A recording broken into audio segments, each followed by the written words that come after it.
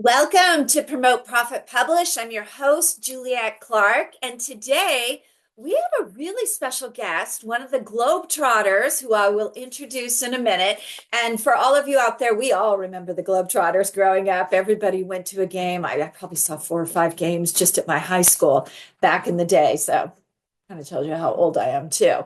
But before we get started, I want to remind you about our monthly trainings.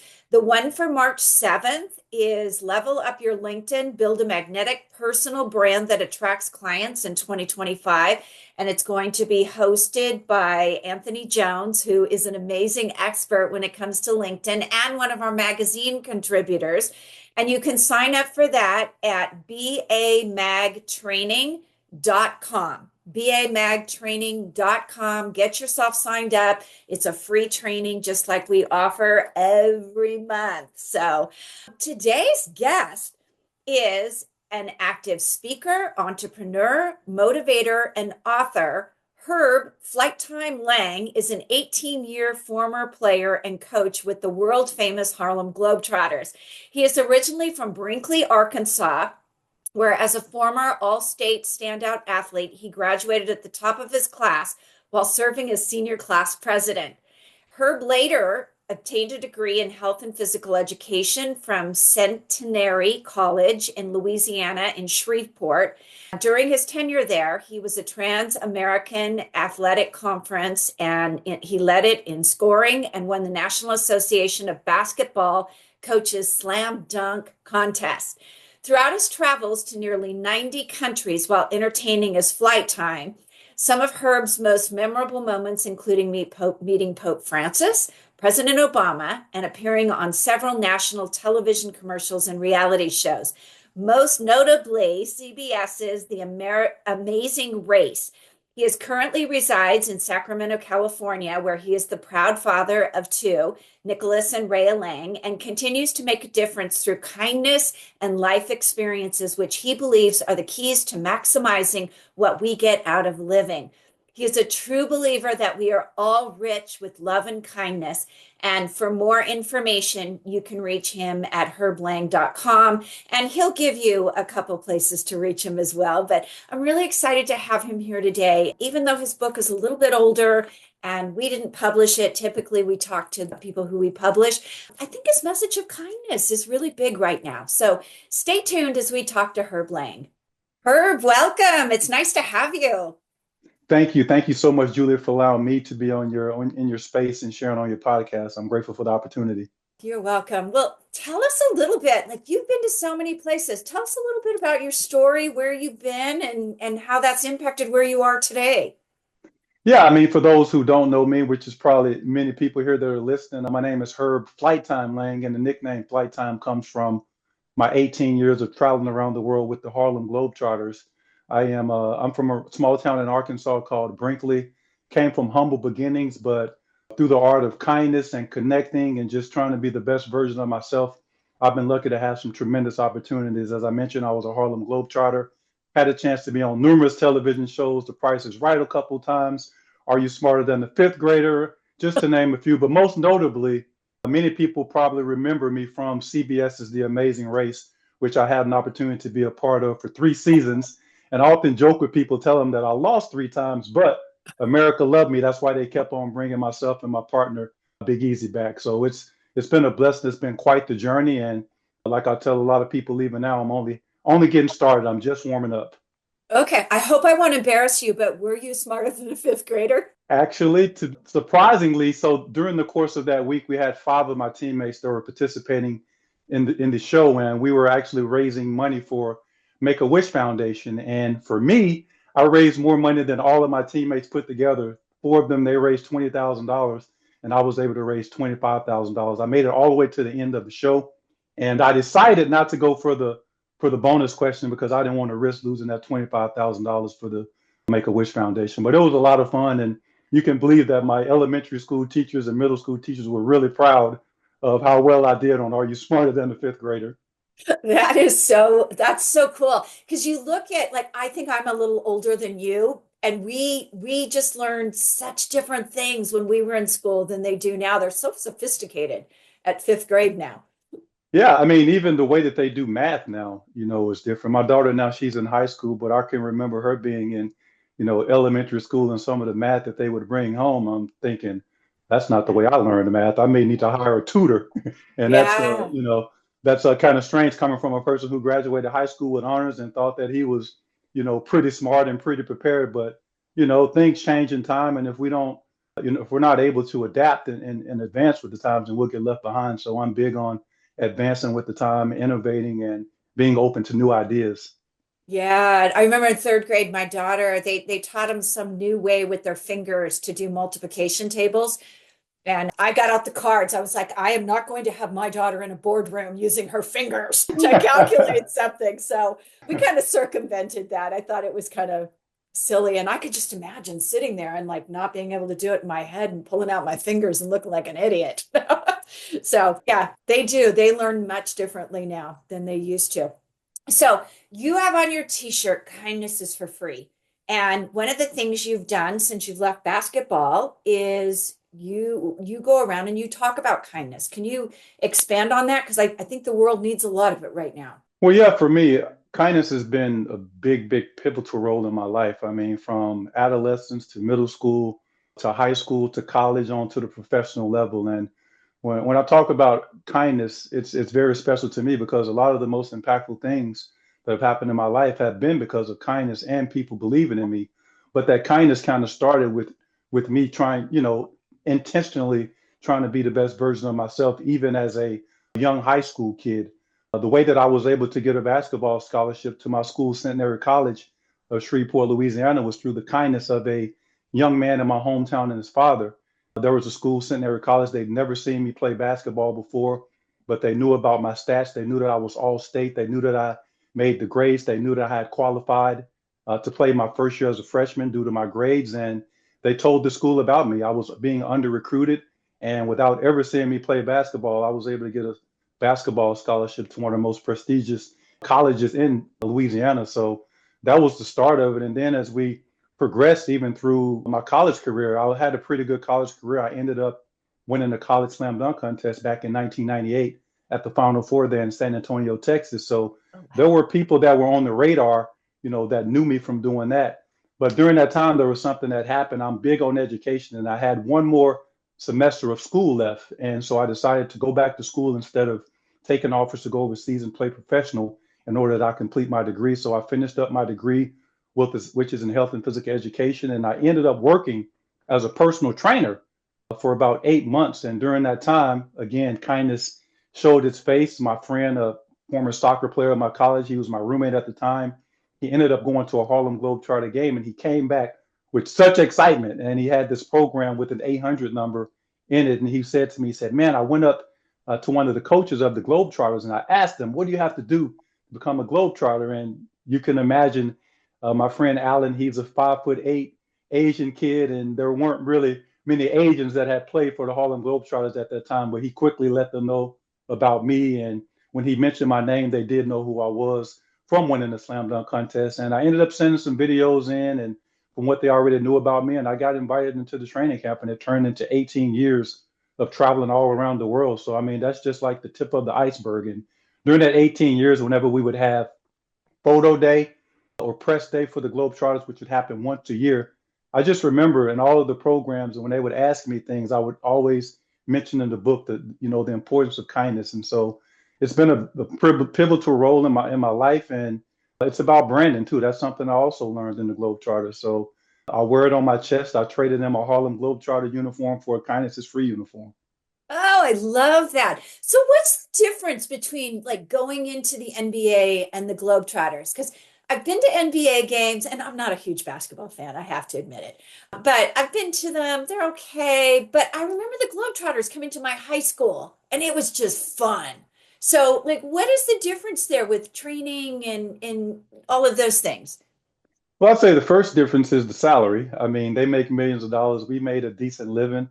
We make a decent salary. I mean, to be able to go out and do something that you enjoy and be able to travel the world is a blessing. But I'd say the main difference is some of the places that we get to travel. We get to travel all over the world. The Globetrotters are ambassadors of goodwill, and many of the players that you see early on, probably like in the 80s and 90s, the first international basketball that some of these places seen from America, places like France and Spain and even South America. We're the Harlem Globetrotters, and we have a different form of basketball. Not to say that one is better than the other, because once you retire, there's an association called the National Basketball Retired Players Association, and that is the point where we all become one: NBA, WNBA, Harlem Globetrotters, ABA. But I'd say the main difference is, and for me, I'd say the ability that I gained to be able to get in front of a group of people and entertain them alone. On the court, there's a team, which if you've been to a Harlem Globetrotter game, there's a lot of fun things that happen, a lot of slam dunks, a lot of crowd interaction. But I'd say the main thing that really stood out to me was being able to travel the world, see how people lived in different parts of the world and form my own opinions. But to be that ambassador of goodwill and come to spread kindness, to promote peace, I'd say it's something that there's no amount of money that could replace that. And even since I retired, I still I feel so comfortable getting in front of a group of people now that I'm a motivational speaker. I've become an author, and I'm not sure if these things would happen if I just played in the NBA for 5 or 10 years. I was able to play for 18 years and travel to almost 90 different countries around the world, and that's what I talk about to young people now. If you have a dream or if you have a vision, if it's soccer, if it's basketball, if it's becoming a motivational speaker, you have to put the time in. Even as a professional athlete, maybe you won't become a professional athlete, but maybe you can find something within that sport as a coach, as a manager, as an agent. There's always a way that you can be involved in something that you're passionate about. Yeah, I agree. Do you watch the WNBA? Absolutely. I mean, I'm a sports fan. I watch WNBA, I watch NBA, I watch baseball. I mean, a lot of people probably would be surprised that basketball is actually not my favorite sport. My first love is football. I enjoy No watching way. foot. Oh, I love football. That was the first sport that I actually played organized. But as I got a little bit older into high school and I got a little bit taller, I decided that I wanted to take my talents into the gymnasium, because down in Arkansas in the summer, Uh-huh. those 2-a-day practices were a little bit hot for me. And plus, I began to grow and my leaping ability took off. So I just, made a choice, that was, best for me. But if you fast forward, my son, who's 19 years old now, he is a sophomore at Ithaca College, and he just completed his second year of playing football up there. So I get to watch him and live vicariously through him as a college football player. That is so funny to think somebody of your, I mean, I used to live vicariously through my kids' athletics, but like you're so good, it seems weird that you would, because I wasn't that good. So what do you think of the rivalry between Angel Reese and what is her name? Oh, Caitlin Clark. Caitlin Clark. Everybody makes Angel Reese to be out the bad guy, and she is like this beautiful black, black badass. I don't know the Right. other way to put it, but they make it out like she's this mean girl, and I look at her and I'm like, she's got some stuff going on. What do you Well, think of that first, well, rivalry? well, first of all, for me, I think it's amazing, the way that women's sports has taken off here in the past couple of years, and I think a Yeah. lot of that certainly has to do with those players and women, who came before. I mean, even going back to Billie Jean King, way back in the day, to see where women's sports is now. I think Caitlin Clark and Angela Reese had a amazing impact, and they are a big reason why the needle has been pushed so far now to where you see a lot of people investing in women's sports. When you look at some of these WNBA franchises, the value of these teams have improved tremendously, even just over the past couple of years with the arrival of, the Caitlin Clark and the Angel Reeses. There are so many people now that are watching and seeing the value that these women bring to not only sports, but to the world. Their value is Mhm. now being appreciated. And for me, it's something that means a lot to me. I'm the oldest of 9 kids. I have 5 sisters. They didn't particularly play sports, but as a Globetrotter during my career, I had an opportunity to play with a couple of females, and the Globetrotters were one of the first organizations to incorporate women into the team. So to see them now have an opportunity to earn a living, and not have to particularly go overseas after playing in the WNBA, I mean, I think it's a blessing. I think it's something that the late great Kobe Bryant would be proud of, and I'm excited for it. A lot of people that I talk to and a lot of people that I work with different brands and different partnerships that I have, I always tell them, let's not drop the ball on women's sports. Let's give them their due diligence and let's give them the attention and the opportunities that they deserve. Let's try to invest and figure out a way to get, excuse me, to get them involved in the things that we're doing as well. Yeah. What I really loved about this though was we got to see the growing pains. We never, when these franchises come out, we never get to see the growing pains they go through. And I like that we got to see the growth, the actual people getting excited about the game. And, yeah, there was some rivalry and, some people didn't want to move off, power structures, but it was still kind of fun to watch that growth. And I know how catty girls can get, so that was kind of fun too. Well, I mean, it's all about evolution. I mean, for Yeah. me, as a retired athlete, it's about evolution. I mentioned to you earlier that I won the college dunk contest at the Final Four in San Antonio back in 1998, and I can just remember watching that same slam dunk contest about 4 years later and seeing how much the athlete had improved.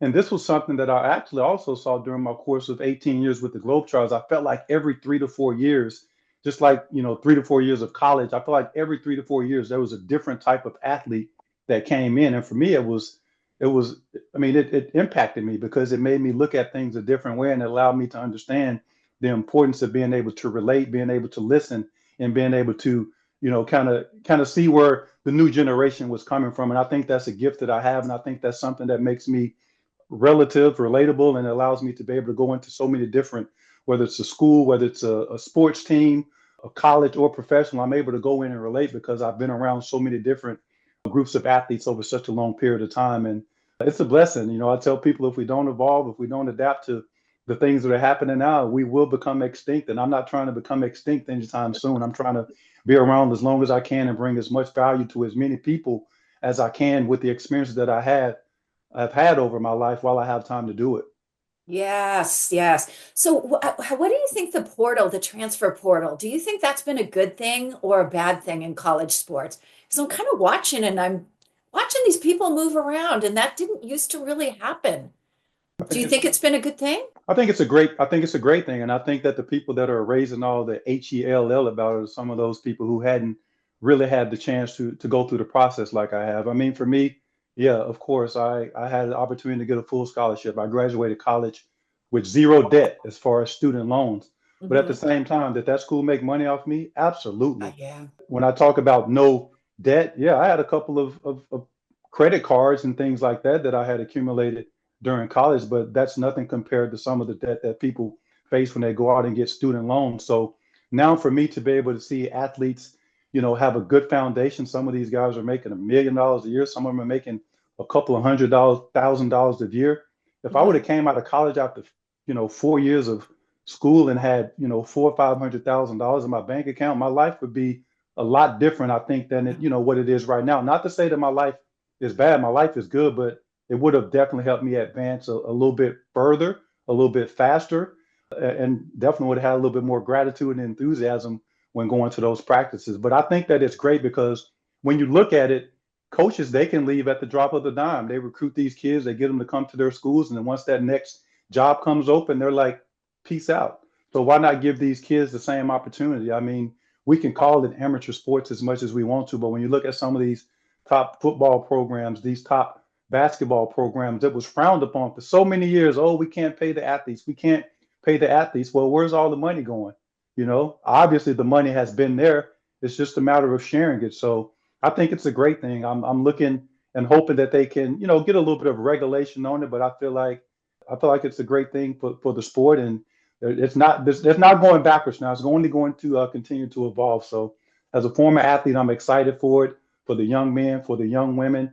I even feel like there should be an opportunity for some of these high school kids to earn a little bit of money because some of these kids may not get scholarships. Some of these kids may be just good in high school, but maybe there can be something set aside to where they can go to college on some of the money that they earn during high school if they don't, turn out to be that top athlete that, goes to the professional level or whatnot. Yeah, I think so too. And I remember when I was in college, there were some mostly inner city athletes that they got there and everything's expensive around them and they don't have that extra money that some of the other kids have too. As Right. far as spending money, they've got their housing, they eat at the cafeteria, but as far as really getting into some of that college life, they don't have the funds to do it. And I know that Yeah. sounds Yeah, I mean, it's got to be tough for them because, people don't think about it when you go to school. Like it's not just, what you have in front of you. You're going to different events, you're meeting new people, new contacts. And anyway, so you have a new program that you're working on called the Art of Connectedness. And can you tell us a little bit about that? Because I'm very much about building relationships, not just to sell things, but I'm from a generation where we didn't have a cell phone. We didn't, mom stood at the top of the hill in our front yard and yelled down the street when we were supposed to come home at night. It's just such a different world and with social media. So tell us about your program. Well, for me, when I go out and speak at different events, I feel like it's important that you do more than just show up. And that's something that I learned during my years as a Globetrotter. When I go to an event, I want to love on people. I want to make sure that they remember that I was there. I want them to look at me and say, man, I would love to introduce them to a friend of mine. I'd love to have them in my network. And back in 2019, 2 years after I retired from the Globetrotters, I remember going down to Southern California to pitch a television show idea to the creator of The Amazing Race. And his CFO there, he knew me from The Amazing Race, of course. And I mentioned to him how I wanted to get into public and motivational speaking. And he mentioned TED Talks. And for me, it was something that I had never heard of before. So once I left that pitch meeting, I began to investigate. I began to listen to these different TED Talks. And that following year in 2020, I put it on my vision board that I wanted to do a TEDx talk. And as a result of that, in 2022, I connected with a friend who now is a friend. It was a person that I had didn't know at the time. Her name was Amanda Banks. She was getting ready to do a TEDx talk in Wilmington, Delaware, and Mhm. she actually connected me after a conversation on LinkedIn of about 30 minutes. She connected me with the organizer of that event, and we had a conversation for about 15 minutes. And within 15 minutes, he offered me a spot at TEDx Wilmington that had just become open because somebody had backed out of it. As you fast forward that, Amanda Banks and I, we ended up doing our TEDx talk on the same day in Wilmington. She's really big on joy, and I am big on kindness. If we fast forward this into 2024, she is now a TEDx organizer. This Uh-huh. past year, I was able to MC her TEDx event. I brought 12 new TEDx speakers to the stage at TEDx Old Hickory, just outside of Nashville. Also, during that same couple of weeks, I was able to go to an event and speak at an event where she was actually the MC. Our connection has been something that has grown over the past couple of years and has turned into something to now where we want to do a joint venture. And what we're offering now is joint MC opportunities, and we want to offer the art of connectedness to businesses, to corporations, teacher workshops. Because of with her background as a former gymnast, as with her background as an organizer, she's done many of these workshops. We want to combine kind of the sports aspect and kind of tell stories and really go into detail and let some of these corporations leaders know the importance of connection, the importance of going above and beyond, what you're typically willing to do for the people that are working for you. And also we want to develop leaders. We want to develop stars within businesses. We want to inspire people and let them understand that it's more to life than just going to your job and showing up. We want to be people that's pleasant.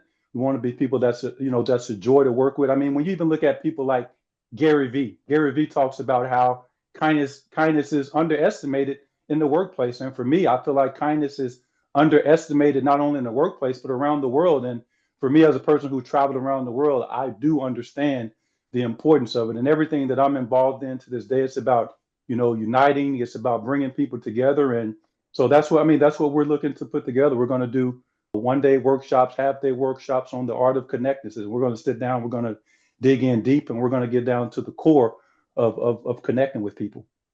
I love that because people who listen to my podcast are, they're trying to sell books, products, and services. So my personal opinion is when you offer something where people can come and actually speak to you, you have communication there and you start to trust people. And I kind of feel like between social media and some of these other things, you talked about AI earlier, the connectedness is not there. How am I supposed to trust you if I can't see that smile on your face right now? If I don't feel like you're making eye contact. So there's really so much validity into that. And I think the people who really strive for that are getting much further in today's world than those who aren't. And I don't know if you knew this, you probably do through what you do, but most of the female CEOs in the Fortune 500 companies were former athletes. So I'm not surprised. I'm not surprised because the thing about athletes are, I mean, I love all people, but the thing about athletes is that we've proven that we have discipline. You know, we've yes. proven that we're able to work hard. We've proven that we're able to work as a team. And, you know, for myself, I've always started at the bottom and worked my way to the top. I started from the back of the room and worked my way to the front of the room. And the reason why I do that is because I want to observe. I want to pay attention, you know, to what's going around. I always tell people, pay attention. It's free.